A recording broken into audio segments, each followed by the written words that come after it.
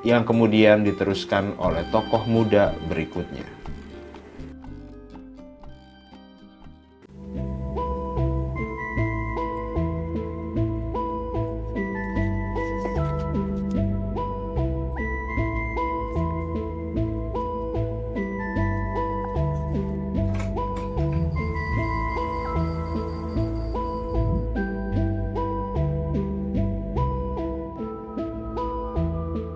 Oke, memasuki bagian kedua, yakni berjudul Antitesis Karl Heinrich Marx adalah Vladimir Ilyich Lenin. Kira-kira pada bagian awalnya menceritakan bagaimana kehidupan Lenin ya, bagaimana dari masa awalnya hingga masa berakhirnya dan sampai pada preferensi pemikir yang diidolakan oleh Lenin. Yang pertama, ia cukup mengidolakan sosok filsuf dan orientalis asal Prancis bernama Joseph Ernest Renan. Renan berpendapat bahwa membentuk suatu nation bagaimana mungkin tanpa nasionalisme. Lenin menginterpretasikan pemikiran kompleksnya Renan tentang le desire, atau yang berarti hasrat atau keinginan yang muncul akibat penindasan bukan secara naluriah. Lenin melihat le desire sebagai hasil tiranisar dan menyimpulkan bahwa penindasan ini harus dihancurkan melalui revolusi yang dia wujudkan pada Oktober 1917 di Saint Petersburg. Upaya Lenin membuktikan keberhasilan revolusi sosialis itu juga terbukti lewat antitesisnya terhadap tesis Karl Marx. Oke, selanjutnya ada proses transisi dari Lenin ke pemimpin selanjutnya yang kemudian sebut saja the true dictator, ialah Joseph Stalin.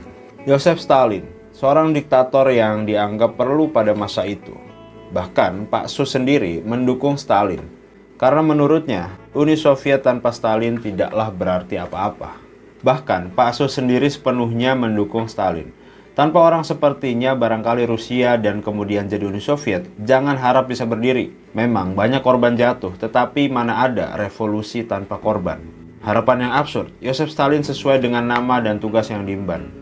Pada masa kecil, dia bisa hidup susah dengan memukulkan palu, alat kerja sebagai anak tukang sol sepatu. Sesudah dewasa, dia bertindak dengan tangan besi. Walau salah seorang korbannya adalah sang istri. Isunya, sang istri dibunuh karena menyeleweng dengan ajudannya. Kalau dikaitkan dengan ilmu perbintangan, orang berkumis tebal dipastikan berwatak kejam.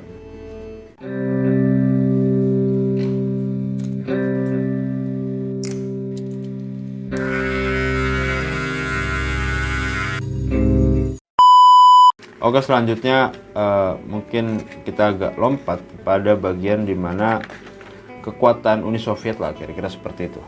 Uni Soviet yang terdiri dari 15 negara, ialah Rusia, Belarusia, Ukraina, Moldavia, Uzbekistan, Kazakhstan, Kirgistan, Turkmenistan, Azerbaijan, Putih, Baltik, yaitu Latvia, Estonia, dan Latvia. Dan negara ke-15 adalah tempat kelahiran Joseph Stalin, yaitu Grusia. Oke, ke-15 negara ini bisa dikatakan mengalami situasi yang carut-marut. Berbagai gejala ketidakberesan, perlakuan sewenang-wenang oleh kekuasaan yang datang silih berganti. Dalam hal ini, barangkali ajaran dari Joseph Ernest Renan, sosok yang tadi diidolakan oleh Lenin, tentang nasionalisme yang murni dan yang palsu itu bertemu dengan konteksnya. Seperti itulah kira-kira. Dan berbagai gejala ketidakberesannya itu terlihat misalnya di sini ada Ukraina yang hahol maniaknya, bahkan merasa lebih tua secara sejarah dari Rusia. Itu barangkali juga yang membuat Ukraina di bawah kepemimpinan Zelensky pada saat ini itu ogah tunduk terhadap negeri beruang merah ya, atau Rusia itu sendiri gitu. Yang saya mau highlight pada bagian ini ialah mengenai peran daripada aktornya tadi. Itu beriringan dengan juga yang tadi sudah sempat kita singgung di awal, tentang ungkapan Socrates bahwa negara akan menjadi baik jika dipimpin oleh sosok atau aktor atau tokoh yang baik. Oke, kemudian di sini kita lihat ya, misalnya pada era setelah Stalin, Rusia mengalami reformasi tanpa henti yang dikenal dengan istilah glasnost dan perestroika. Itu terjadi pada Natal 25 Desember 1991. Reformasi ini membawa paradigma keterbukaan di Uni Soviet.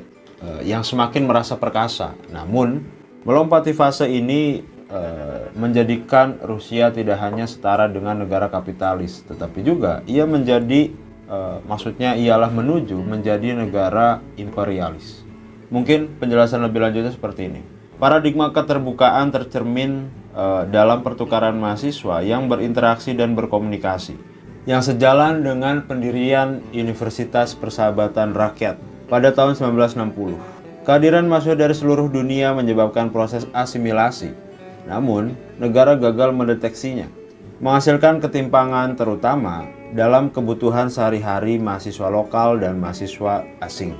Masalah ini diperparah oleh sistem sosialis yang pada saat itu ya belum mapan gitu. Sehingga dampaknya dirasakan meskipun hanya dari pergumulan mahasiswa lokal dan asing. Tapi kemudian pada intinya, lagi dan lagi, kesalahan bukan terletak pada teori, melainkan pada praktik, pada tokoh-tokoh yang mengalami. Semua orang itu cerdas, hanya beda kemampuan. Kemampuan yang beragam itulah yang membedakan manusia satu dan manusia lainnya. Bagus banget. Oke, memasuki bagian selanjutnya, ialah berjudul Kritik Terhadap Antitesis Lenin. Pertama, kita akan coba membacakan ulang tesisnya Lenin tadi ya, bahwasanya revolusi sosialis itu bisa terjadi pada negara komunis yang paling terbelakang. Itu merupakan antitesis daripada tesisnya Karl Marx yang membahas tentang revolusi sosialis bisa terjadi pada negara komunis paling maju. Jadi itu kontradiktif lah, kira-kira seperti itu. Lalu kemudian Passus mengatakan bahwa Rusia bukanlah negara kapitalis yang paling terbelakang, meskipun belum semaju negara-negara Eropa ataupun mampu bersaing dengan Amerika Serikat gitu. Tapi pada saat zaman itu saja, zaman SAR ya, bisa dikatakan zaman SAR, Rusia itu sudah mampu menasionalisasi perusahaan-perusahaan asing yang ada di wilayahnya. Artinya apa? Terbelakang mungkin iya, tapi tidak yang paling terbelakang. Jadi kemudian ini sekaligus menjadi kritik terhadap pemikirannya Lenin ya, dari Passus gitu, bahwa yang dikatakan Lenin tentang Rusia itu merupakan negara komunis paling terbelakang karena terwujudnya revolusi sosialis itu hanya pada negara kapitalis paling terbelakang, menjadi terbantahkan, menjadi tidak relevan. Sebab pada akhirnya Rusia tidak seterbelakang itu, kira-kira seperti itulah. Nah ini banyak sekali bagian-bagian yang menarik. Misalnya kita akan coba melihat bagaimana Amerika sebagai bangsa migran yang pongah itu kemudian merasa terancam oleh semakin kokohnya Rusia atau Uni Soviet pada saat itu. Mengapa kemudian Amerika Serikat disebut sebagai bangsa yang pongah? Karena Amerika Serikat sepertinya juga lupa bahwa kapitalisme pun merupakan efek lanjutan dari perkembangan manusia umumnya dengan berbagai sistem yang terdahulu, feodalisme, perbudakan, dan prasejarah. Kemudian yang menarik juga di sini ialah Passus coba menggambarkan ulasan bisa dibilang penemuan mata rantai perekonomian yang paling kokoh sejak zaman purba hingga kini. Ada kemungkinan Karl Marx menemukan istilah kapital dari seorang Yahudi Jerman yang bernama Trachtenberg, yang meneliti tentang penemuan manusia yang paling elementer, tetapi kemudian menjadi sejenis mata rantai paling kukuh sejak zaman purba sampai detik ini. Mata rantai perekonomian tersebut adalah apa yang dinamakan alat tukar. Dalam berinteraksi antar manusia di dunia untuk memenuhi kebutuhan hidup yang beragam memerlukan alat itu. Dulu orang berinteraksi antar sesama secara in natura, namun keinginan atau kebutuhan manusia tidak terbatas dan beragam model in natura tak kuasa menyelesaikan masalah kebutuhan umum. Uraian mengenai hal itu dikemukakan oleh Trachtenberg panjang lebar dan berjilid-jilid. Singkat kata, bagaimana in natura meningkat dengan alat pengganti, alat tukar, dan kemudian lahir uang. Uang sebagai alat tukar melahirkan dan membutuhkan tempat untuk berinteraksi. Tempat itu, menurut sang peneliti, berasal dari bahasa Italia yang disebut bengko, yang orang Indonesia menyebutnya bangku atau tempat duduk. Dari bangku, itulah kemudian lahir kata bank. Sekarang, istilah itu bukan istilah asing lagi. Dari sinilah dongeng kelahiran berbagai versi tentang kapital atau suatu penemuan sederhana yang luar biasa yang sampai sekarang belum ada yang berani mematenkannya. Ia sudah menjadi paten manusia dan milik manusia sejagat. Kemudian selanjutnya saya coba menggunakan bahasa saya sendiri kali ya untuk meringkas, kira-kira seperti ini. Karl Marx melanjutkan studinya tentang sistem ekonomi dengan modal sebagai inti yang kemudian dikenal sebagai kapitalisme.